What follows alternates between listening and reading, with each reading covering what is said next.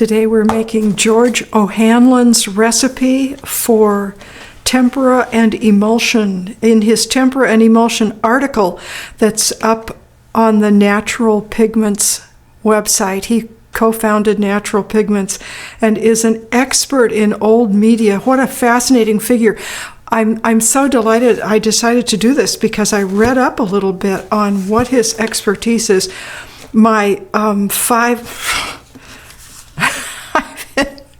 Breaking my brain. 40 grams of casein. How much is that? 10 teaspoons. That would be 3 tablespoons and 1 teaspoon. The casein I have from Natural Pigments, from Earth Pigments, Natural Pigments, Ultra Casein Powder, wonderfully fine. Now, George O'Hanlon says you want to be sure to have fresh casein. I've had this in the bag. It's extremely fine, well refined, but I've had it in the bag here for 3 months. That doesn't really qualify as fresh, but we'll try it anyway. This isn't fresh either, but it's in lumps, so we're going to figure out how to get 5 teaspoons of it. 40 grams of casein. No, start over. 40 grams of casein, 20 grams of borax, 250 milliliters of water. This is not quite full. I'm joking. This says 1 cup, 250 milliliters. If you're into your conversions, you know that's not quite right. But that's what we're going to start with. And now the rules are, we're going to do it in here. I hope that this proves to be, I hope it proves to be oven safe, because this requires heating it to to less than 180 degrees for less than 20 minutes. And I'm cracking up because the road of excess leads to the palace of wisdom. That's what William Blake said in his Proverbs from Hell. How do you know it has to be less than 20 minutes? Will 17 minutes be enough? There's no notion of underneath, right? It's only, I got it to this and it went to heck.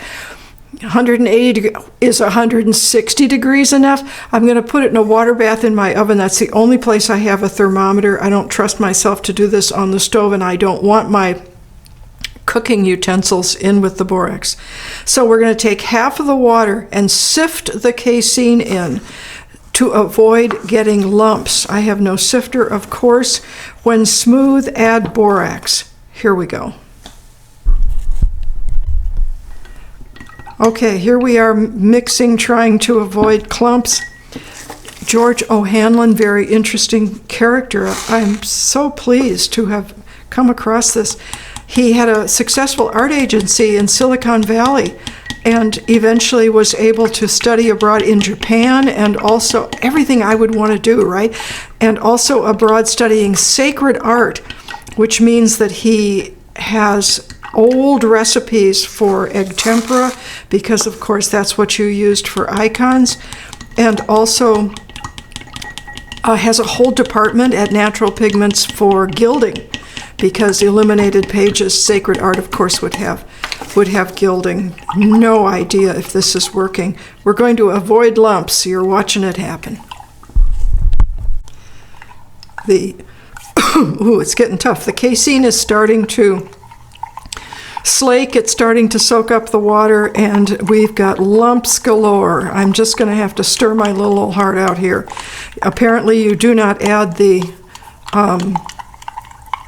borax until you've got this smooth. I forgot how it soaks it up and slakes. Remember when we were making it with lime, we set it to sit overnight in the refrigerator before proceeding. I wonder if we want to do that. It's not in the recipe, but it was in the other recipe for lime casein. This is getting so thick. It's pretty darn distressing. I need one. I think I might have one of those little whisks. That would be smart, instead of using chopsticks from carry out. Oh, look how lumpy this is. Oh, good grief, George.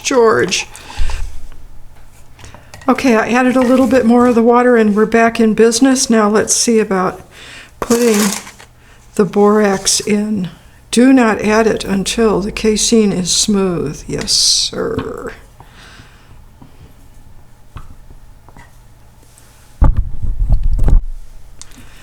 When smooth, add borax. This has instantly become glue. And then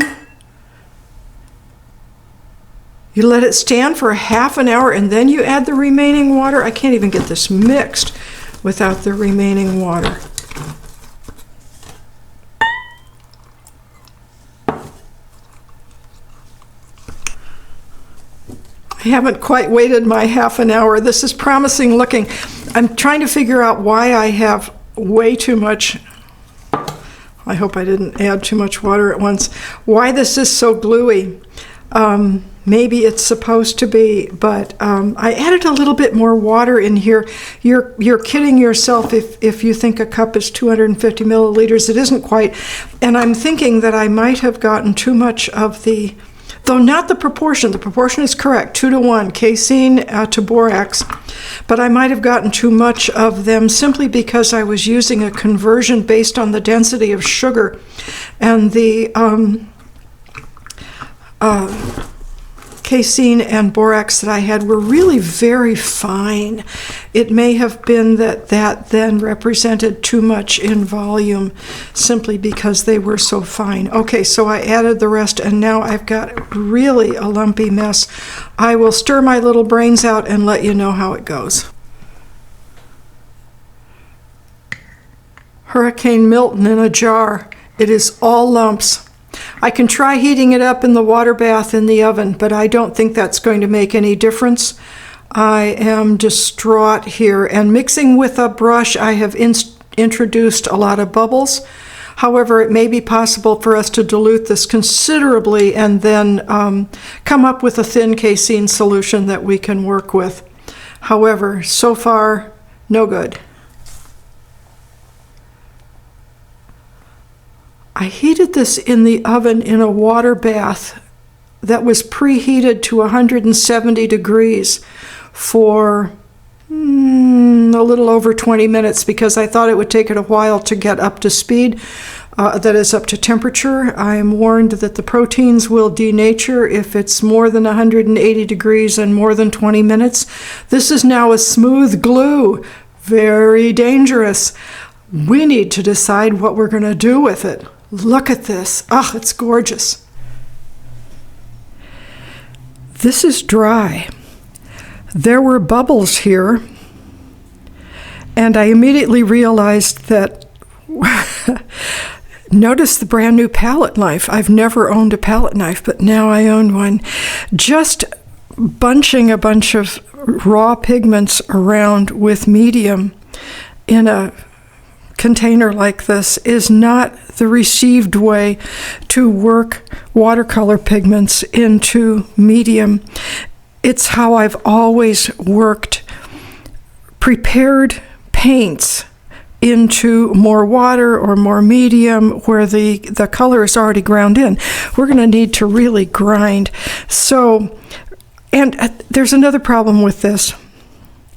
The green is practically brown. There's Iceland for you. But I just added this on here to see the paint is still alive. There was enough water in there, and here's the medium left in the refrigerator for 3 days. I'm expecting it to be in perfect condition because borax is retardant for any bacterial action. So what did I put up on here? I have absolutely no idea, but maybe it looks like the side of a hillside and will disguise the bubbles a little bit. I had hoped that they would look like a cloud formation, which is what they looked like before they started drying. The other big problem is that I've given myself a sweeping line here, completely not thinking about the fact that Iceland is volcanic. This looks like a hillside in Nebraska where, you have rolling hills and topsoil.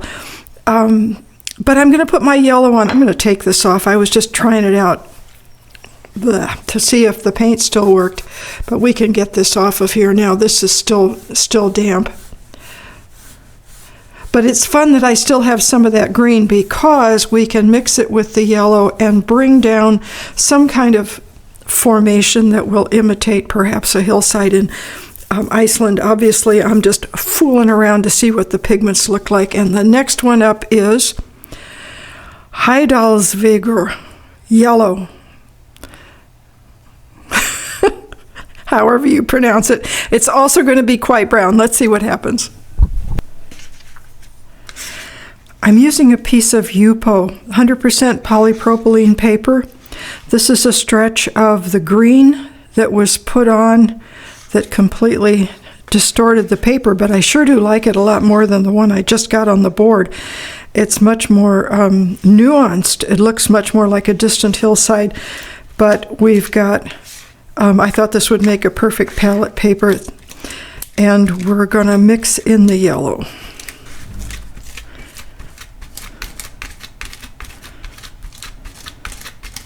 Tells you something about Iceland. Iceland was never a wealthy country. They would have welcomed pigments from Italy. Oh my goodness. Iceland is such a remote place. But we've definitely got a yellow here. And if we put it on thin, now of course I've mixed way more. I've got to figure out what to do with it all.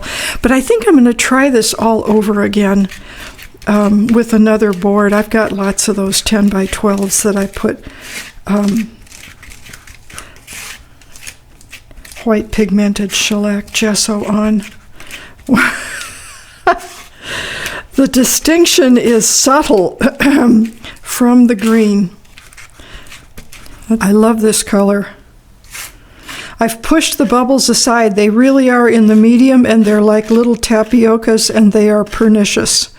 So if paint can be pernicious, maybe I need a bigger scale life. Let's just put it on with the, I've never done this. I used a palette knife to put paint on. I had to add some water, probably put in too much, maybe not. Let's see, this is a whole new thing here.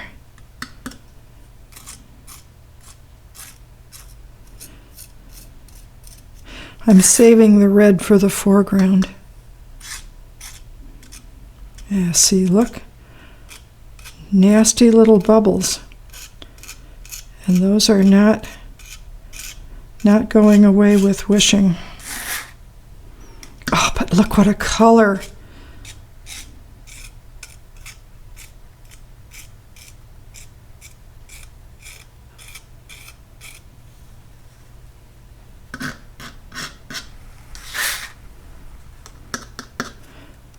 We'll get as much hillside as, and it does look like foreground. I mean, you've got more yellow in the color, so it is bringing you forward a bit. Let's see what we do here. Never pushed paint around with a palette. And great idea. Let's do it in the future too.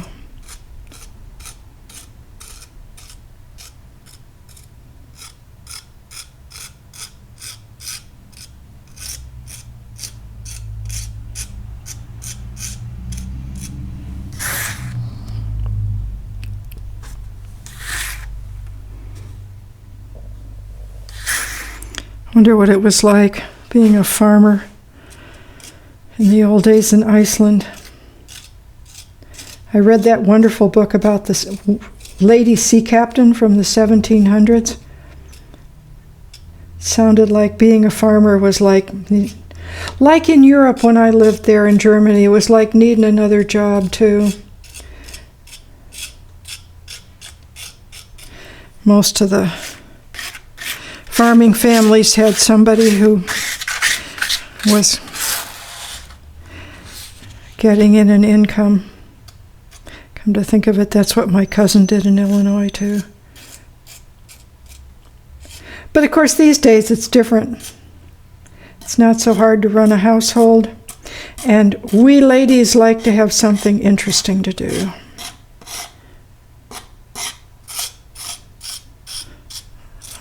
Let me get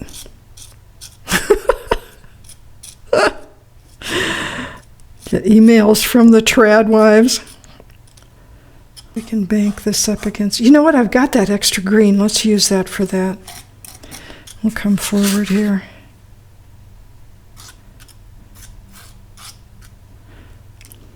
Bob Ross would by now have 4 mountains in.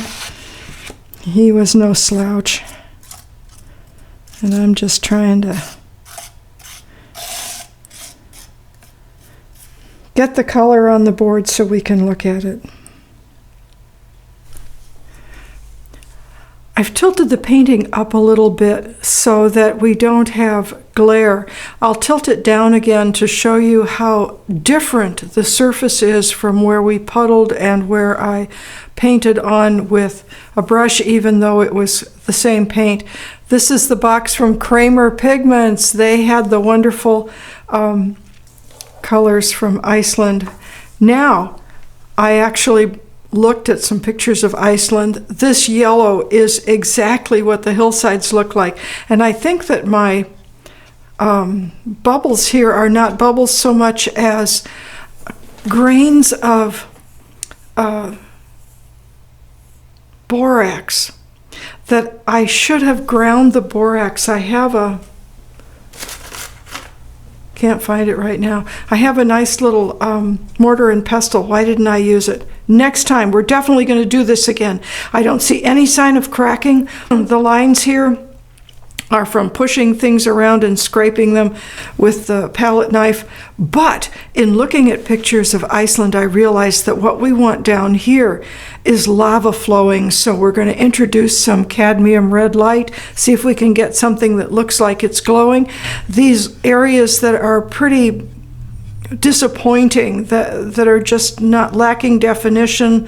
Yes, they have things going on. Maybe they'll give us the notion of steam. In the foreground, we're going to repeat some of this yellow also with the green. I found very rounded hillsides. I was wrong about that. And then put some little figures that are looking at the lava, because that's what you see in pictures from Iceland today. Oh, here's the difference in surface reflected in the light. Look at it. Look at that. The difference in surface. Can we get that? Yeah, look at that. Look how different that is. Whether it puddled or not. Okay, ever onward.